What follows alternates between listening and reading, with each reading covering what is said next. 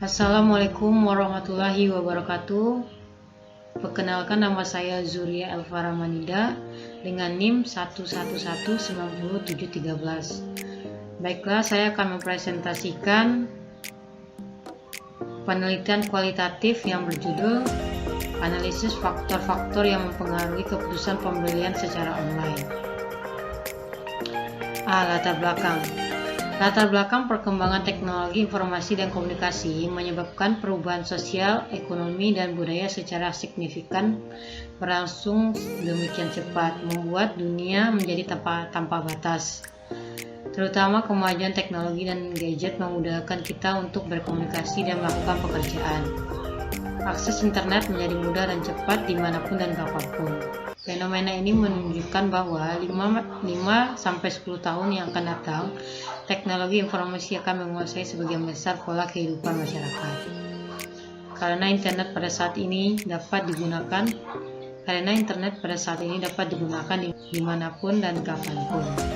Indonesia termasuk 10 negara besar Asia dengan pengguna internet terbanyak. Meningkatnya perkembangan internet mengakibatkan terjadinya perubahan-perubahan yang mempengaruhi kehidupan masyarakat, terutama yang berada di kota-kota besar. Salah satunya kota Makassar, di mana salah satu perubahan itu adalah tempat berbelanja masyarakat. Mereka tidak lagi hanya berbelanja di toko offline saja, namun juga online. Validitas dan reliabilitas instrumen penelitian. Uji validitas digunakan untuk mengetahui kelayakan butir-butir dalam suatu daftar pertanyaan dalam mendefinisikan variabel. Validitas suatu butir pertanyaan dapat dilihat hasil outputnya melalui statistical program for social science. Menilai kevalidan masing-masing butir pertanyaan yang dapat dilihat dari nilai correct item total correction dari masing-masing pertanyaan. Suatu butir pertanyaan dikatakan valid jika nilai R hitung yang merupakan nilai dari correct item total correction R tabel. Relia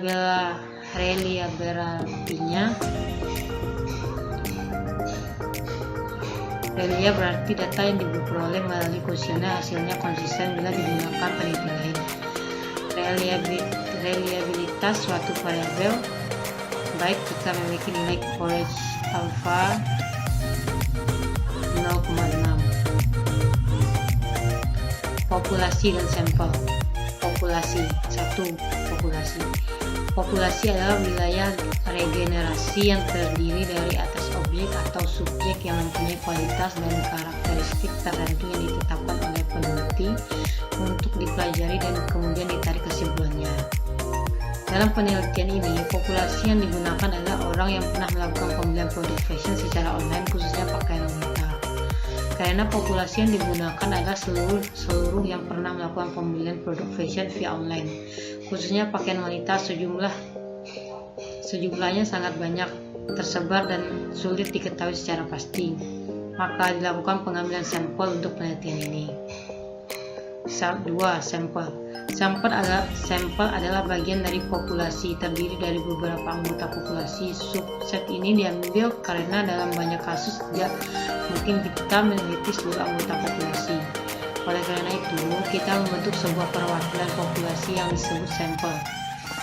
Teknik pengambilan sampling yang digunakan adalah dengan non-probability sampling, yaitu teknik sampling tidak memberikan kesempatan yang sama bagi setiap unsur atau anggota populasi yang dijadikan sampel.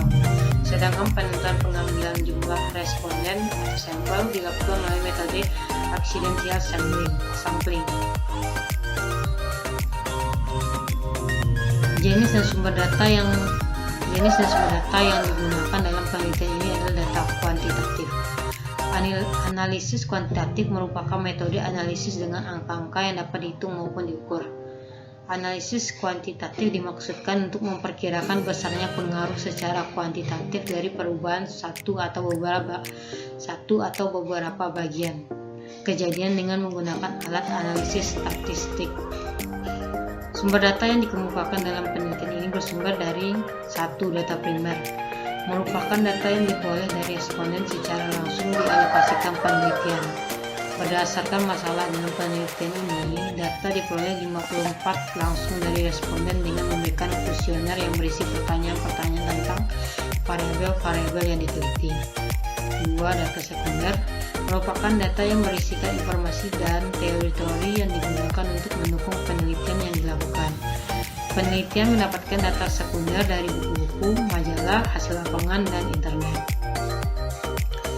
Hipotesis berdasarkan uraian pada latar belakang dan permasalahan yang telah dikemukakan sebelumnya, maka penulis mencoba merumuskan hipotesis sebagai berikut.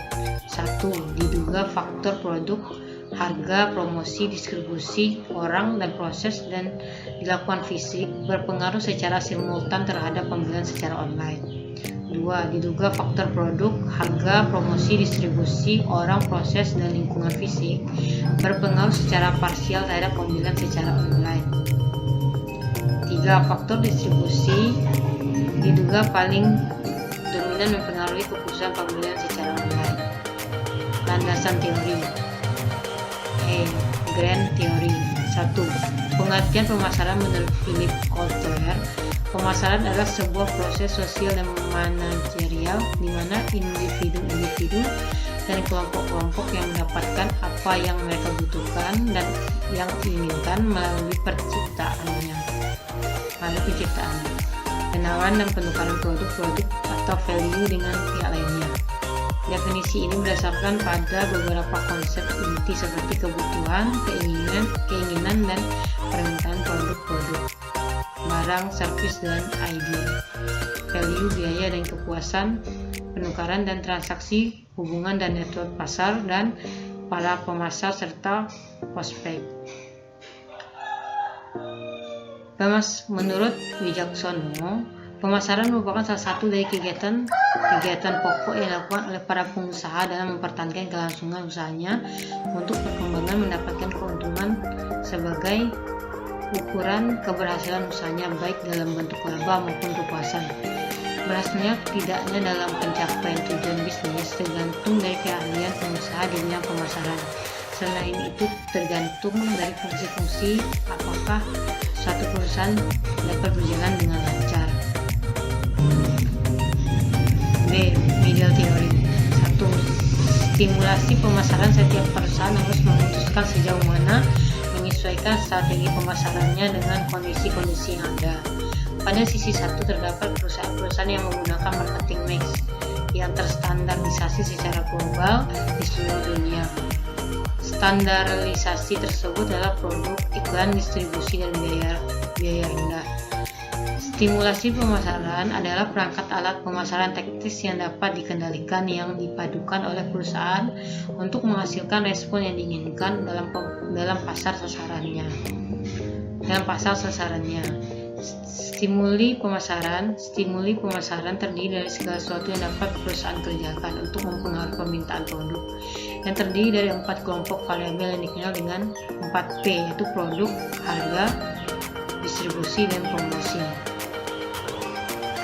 Untuk rumusan masalahnya, 1. Bagaimana faktor produk, harga, promosi, distribusi, orang, dan proses dan lingkungan fisik berpengaruh secara simultan terhadap pembelian secara online.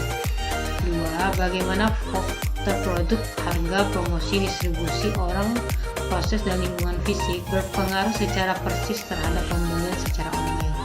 3. Faktor manakah yang paling dominan mempengaruhi keputusan pembelian secara online? Kesimpulan berdasarkan hasil penelitian di atas, maka dapat ditarik kesimpulan sebagai berikut. 1. Faktor produk, harga, promosi, distribusi, orang, proses, dan lingkungan secara simultan berpengaruh terhadap keputusan pembelian secara online. Studi kasus konsumen fashion online di Kota Makassar. Setelah diadakan penelitian, keunggulan berbelanja di toko online adalah mudah dan praktis produk sampai di tangan konsumen.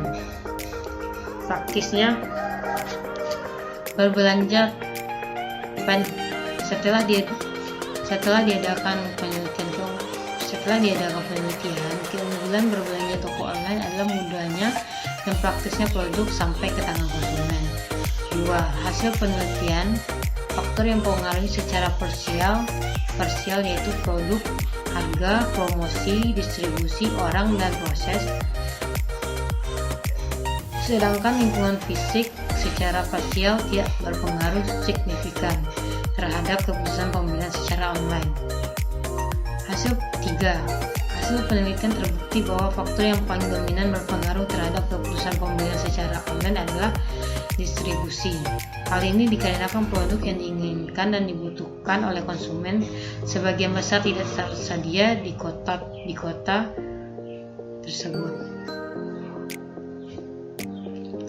Saran saya berdasarkan hasil penelitian tentang analisis faktor-faktor yang mempengaruhi keputusan pembelian secara online, maka saya sebagai peneliti memberikan saran sebagai berikut. 1. Toko fashion yang menjual secara online dalam meningkatnya produk disarankan menyediakan variasi produk yang lengkap, menjual produk-produk yang populer, dan menyediakan informasi produk yang lengkap bagi konsumen, dan selalu memberikan pelayanan yang baik, ramah, dan menjawab pertanyaan-pertanyaan konsumen. 2. Toko fashion yang menjual secara online dalam meningkatkan kepuasan pembelian, maka sebaiknya menjalankan marketing mix dengan baik seperti menyediakan variasi pakaian yang sedang tren. Selain itu harus disesuaikan harga dengan kualitas barang dan melakukan promosi akan keunggulan dan kelebihan yang toko online kita miliki dibandingkan toko online atau offline lainnya, sehingga keputusan konsumen tetap terjaga dengan baik seperti menyediakan waktu khusus secara online untuk menyediakan masalah konsumen. Baiklah, itulah hasil penelitian saya. Kalau ada salah, kalau ada pertanyaan, silakan komen. Terima kasih. Wassalamualaikum warahmatullahi wabarakatuh.